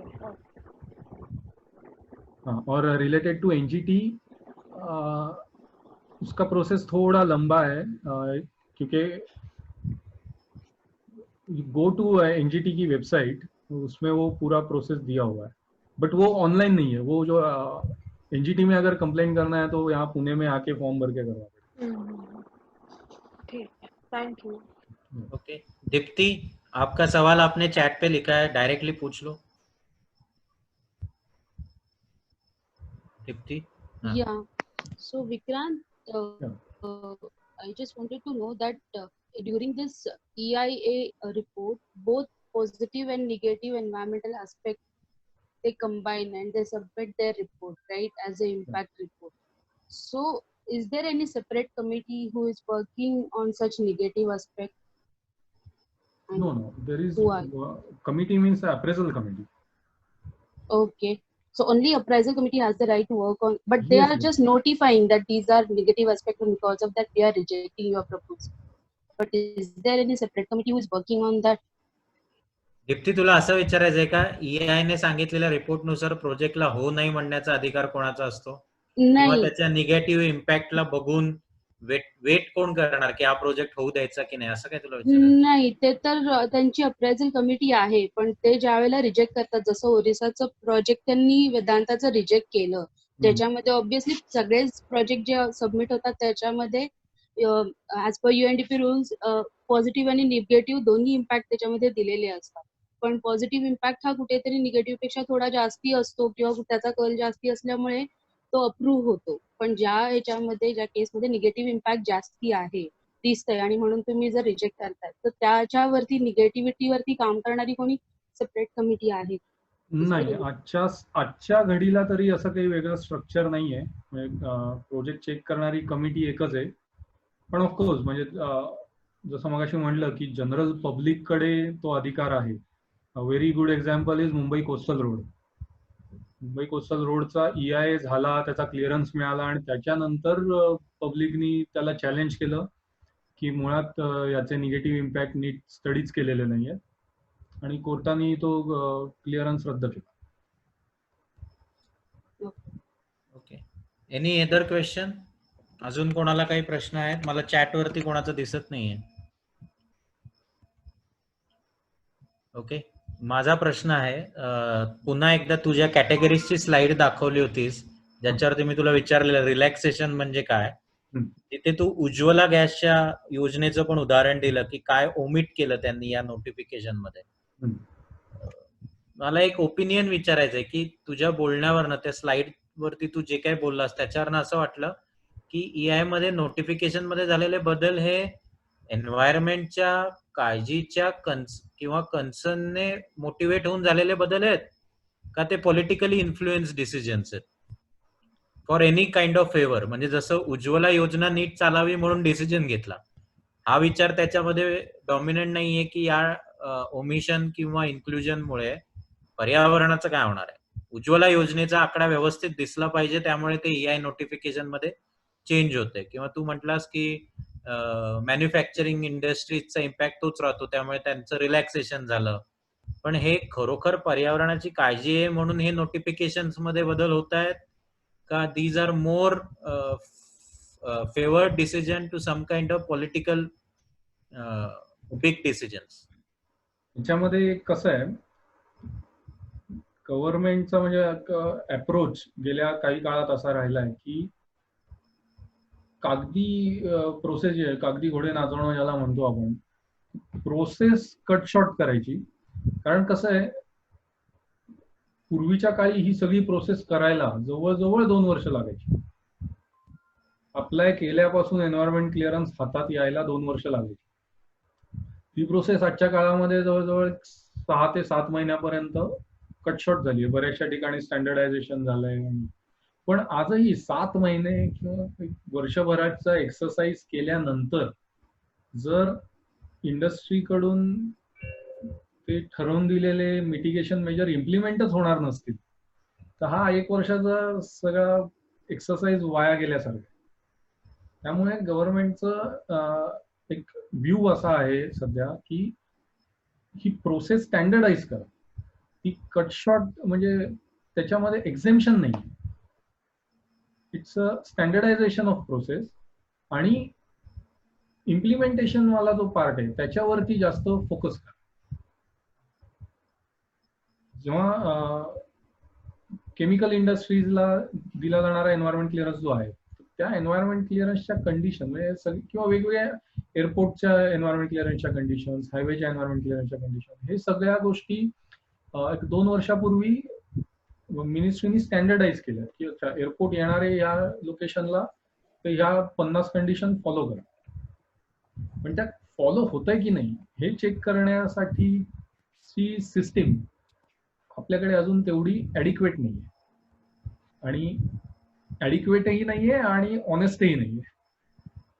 या 2 प्रॉब्लेममुळे जरी खूप छान डिटेल EI जरी बनवला तरी तो डिटेल EI बनवून किंवा एकदम मेटिक्युलस EI बनवून सुद्धा त्या छान EI मुळे तुमचं पोल्युशन होणार नाही याची गॅरंटी देता येते. ओके, तू आता जे काय बोलला त्याला धरून खंजनने एक प्रश्न चॅट वरती टाकलाय. So is this monitoring post implementation suppose to be done by pollution control board? By pollution control board as well as regional office of ministry. आपल्या महाराष्ट्राचं रिजनल ऑफिस नागपूरला आहे आणि त्यांचे ऑफिसर्स येऊन ते चेक करतात. पण दुर्दैवाची गोष्ट अशी आहे की हे चेक करण्यासाठी अख्ख्या महाराष्ट्रासाठी फक्त 3च लोक आहेत. 3 लोक? 3 लोक आहेत. 3 लोक की 3 टीम्स आहेत? 3 लोक आहेत. लोक 3 माणसं आहेत ज्यांच्यावर अख्ख्या महाराष्ट्रातल्या सगळ्या इंडस्ट्रीजचं हे मॉनिटरिंग करण्याची जबाबदारी. छान. लेकिन रीजनल ऑफिसेस तो पोल्यूशन कंट्रोल बोर्ड का हर डिस्ट्रिक्ट में है बोला ना तूने. मैंने 2 वर्ड यूज किए ना, या तो वो एडिक्वेट नहीं है या ऑनेस्ट नहीं है. तो जो वो तो जो सेकंड पार्ट है जो डिस्ट्रिक्ट लेवल पे बैठे हैं, that is the most corrupt system. ये अगर वो डिवीजन अगर ढंग से काम करे तो पोल्यूशन होगा ही नहीं. क्योंकि पर फिर इतना पावर्स एक ही एंटिटी पर देना, ये मतलब इजंट इट वेरी पता नहीं क्या वर्ड, लेकिन ये जो EI नोटिफिकेशन भी उन्होंने जो चेंज किया है अभी, उसमें भी अभी मुझे ऐसा लग रहा है कि मॉनिटरिंग को ज्यादा पावर्स मिल गया है. अगर EI प्रोसेस स्पीड अप करना है तो the monitoring should be more stringent. अरे तो वो सिस्टम थोड़ी बोलेगी अपने ही पार्ट को कि वो ऑनेस्ट नहीं है. वो तो monitoring is the weakest problem, ऐसा विक्रांत के कहने से ही आ रहा है. वो मॉनिटरिंग को स्ट्रेंथन कर रहे हैं, तो वो तो अच्छा कर रहे हैं, लेकिन वो थोड़ी ये कहेंगे, एक्सेप्ट थोड़ी करेंगे कि वो साला मॉनिटरिंग करने वाले का दूसरा प्रॉब्लम है कि वो ऑनेस्ट नहीं है। नहीं, मतलब मेरा ऐसा कहने का मतलब था कि उसको वो इनएडिक्वेसी को तो एटलीस्ट एड्रेस कर सकते हैं ना, in terms of man power, resources, whatever. हाँ, और मैन पावर एलोकेट करना वगैरह। अभी हाँ, शिक्षा और आरोग्य में पैसा डालते नहीं है, वो पर्यावरण में डालना तो बहुत आगे की बात हो गई। वही है। ओके, इन जनरल अपने यहाँ पे एनवायरमेंट को एक क्या बोलिए, जस्ट एक एनओसी करके देखा जाता है। कोई भी इंडस्ट्री डालनी है तो हमको एक अलग अलग टाइप के कुछ 30-35 एनओसीज लगते हैं, तो उसमें से एनवायरमेंट का एक ये जस्ट एनओसी है जो हमको लेना है, उसके बाद भगवान मालिक है। सो अभी जो तुमने कहा, तुझे सांगितलं आता बोललास, त्याच्यावर अजून एक मला प्रश्न पडलाय. असं सारखं पेपरमध्ये जो कोणी लिहितो, वर्तमानपत्रात, ब्लॉगवरती किंवा वेगवेगळ्या ठिकाणी, ते सगळीकडे परदेशातल्या पर्यावरण कायद्यांचं कौतुक केलं जातं. भारतातल्या पर्यावरण कायद्यांविषयी किंवा भारतातल्या पर्यावरण प्रकल्पांविषयी म्हणताना, म्हणजे परिणिता दांडेकरांची जरी तू लेखमालिका बघितलीस आता, नदी आणि पाण्यावरती जी लोकसत्तामध्ये चालते, त्याच्यामध्ये बाहेर होत असणाऱ्या प्रोजेक्ट्स आणि त्याच्यावरच्या कंट्रोल आणि सरकारी नियंत्रण किंवा कायदे किंवा लोकांचं एकूणच अवेअरनेस, याच्यावरती बरंच काही पॉझिटिव्हली बोललं जातं इन कम्पेअर्ड टू भारतातलं या विषयाची परिस्थिती. असं होण्यामागे काय कारण आहे, म्हणजे तुझ्या मते? कारण तू त्या इंडस्ट्री मधला आहे म्हणून विचारतोय. सगळ्यात पहिले भारता एवढे स्ट्रिक्ट कायदे कुठेच नाही. कायदे जर बघितले ना, कागदोपत्री कायदे, अच्छा, ते आपल्याकडे भयंकर स्ट्रिक्ट आहेत आणि भयंकर डिटेल्डही आहेत. प्रॉब्लेम इम्प्लिमेंटेशन मध्ये आणि अवेअरनेस मध्ये. जनरल पब्लिकला हे कायदे अस्तित्वात आहे हेच माहित नसतं, आणि ज्यांनी ते इम्प्लिमेंट करायचे आणि इम्प्लिमेंट करताना जर कोणी व्हायोलेशन करत असेल त्याच्यावर जी ऍक्शन घ्यायची, ती ऍक्शन घेणारी सिस्टीमच करपते. जर आपल्या खरोखर कायद्यानुसार जर का खरोखर इम्प्लिमेंटेशन झालं तर काय विषय नाही. म्हणजे आज आपल्याकडे जे स्टँडर्ड्स आहेत वॉटर क्वालिटीचे किंवा त्याचे, ते जवळजवळ युरोप आणि अमेरिकेच्या स्टँडर्ड नुसारच आहे. इवन रिसेंटली सीवेज ट्रीटमेंट प्लांटच्या एफ्लुएंटचे स्टँडर्ड्स हे आता रिसेंटली इवन युरोपियन स्टँडर्ड पेक्षा कडक करण्यात आले. पण ते तेवढा 5 बीओडी 5 पर्यंत आणणं कठीण आहे काम.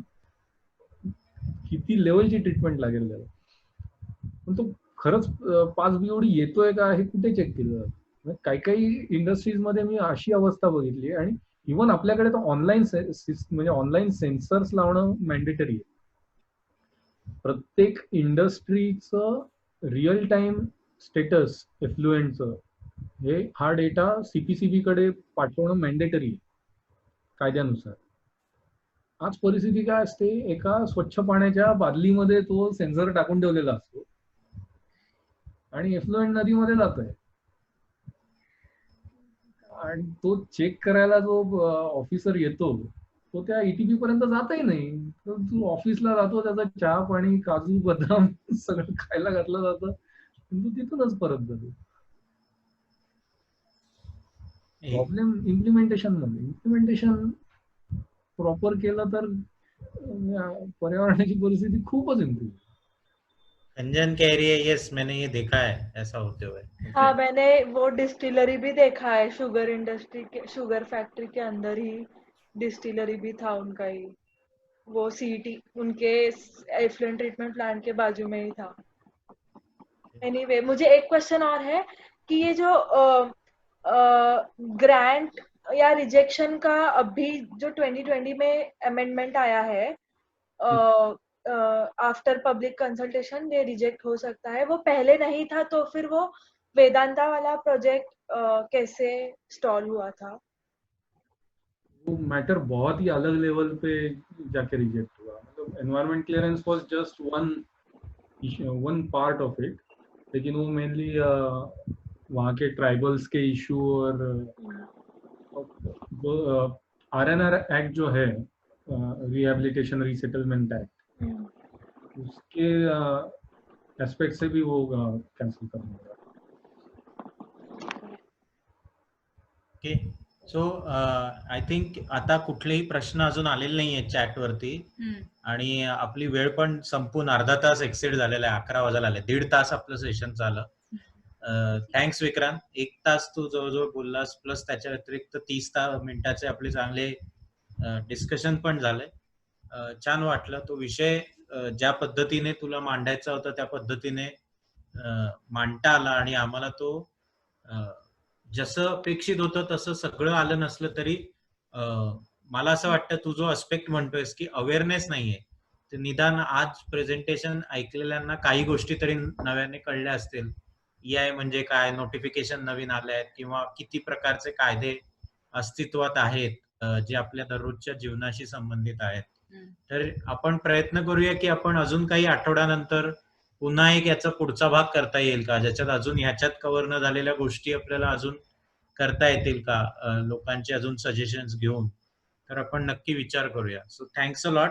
So big apologies for vague आणि वास्ट आहे की ऍक्च्युली पर्टिक्युलर एका लिमिट याच्यावरती, म्हणजे अख्खा विषय एका तासात प्रयत्न केला मी कव्हर करायला, पण हवं तर आपण नुसतं CRZ वरती एक वेगळं सेशन घेऊ, नुसतं NGT ऍक्ट वरती वेगळं सेशन घेऊ.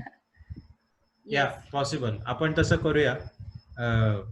Thanks a lot. या विक्रांतसाठी जोरदार टाळ्या actually, so virtually thank you so much. कारण बऱ्याचशा गोष्टी अशा होत्या ज्या कीवर्ड्स त्या गोष्टी माहिती नाही आहेत, त्या इझिली सांगितल्या. सो रिअली मस्त झालं, छान झालं. मानस बरोबर त्याची आई पण ऐकते का? नाही, ती आई ध्रुवला सांभाळते. मला वाटलं मानसची आई मागणं सांगते, मस्त झालं म्हणून. नाही, ते मी सांगतोय. 1 मिनिट सगळ्यांनी व्हिडिओ ऑन केला तरी चालेल. आणि सिद्धार्थ आपल्याला पुढच्या कट्ट्याविषयी सांगेल आता. सो पुढच्या कट्ट्याविषयी जरा ऐकूया. येस सिद्धार्थ. हो, मी स्लाइड शेअर करतोय. आणि ऍक्च्युली पुढचा कट्टा फायनली बरेच जण बरेच दिवस ज्याची वाट बघत होते तो आहे.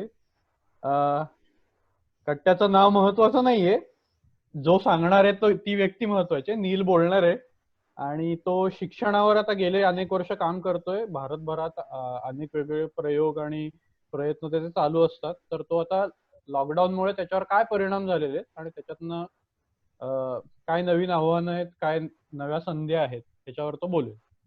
तर फक्त एवढंच सांगायचं होतं, त्याच्यामुळे आवर्जून या हे सांगण्याची गरज नाही.